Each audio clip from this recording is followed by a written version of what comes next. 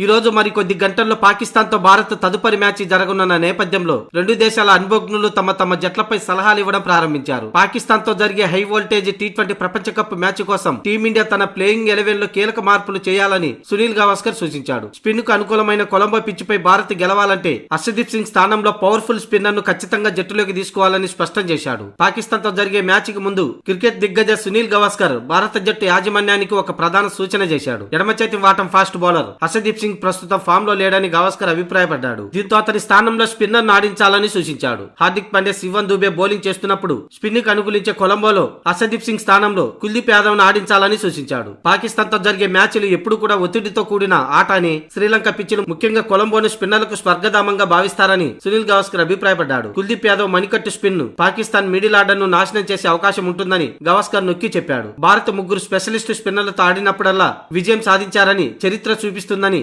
గవాస్కర్ అన్నాడు. Kuldeep Yadav match winner అని, అతను లేకుండా పాకిస్తాన్ ఓడించడం కష్టమని అన్నాడు. హార్దిక్ పాండ్యా మొదటి ఓవర్ వేయడం చూస్తే పాకిస్తాన్ మ్యాచ్ కోసం హర్షదీప్ సింగ్ స్థానంలో జట్టు యాజమాన్యం ఇప్పటికే ఎవరిని ఎంపిక చేస్తుందో అర్థమవుతుందని గవాస్కర్ అన్నాడు. జట్టులో కుల్దీప్ ఉండడం బౌలింగ్ కు వైవిధ్యాన్ని జోడించడమే కాకుండా వరుణ్ చక్రవర్తి, అక్షర్ పటేల్ తో కలిసి పాకిస్తాన్ ఆటగాళ్లను ట్రాప్ చేయగలడు అని సునీల్ గవాస్కర్ పేర్కొన్నాడు.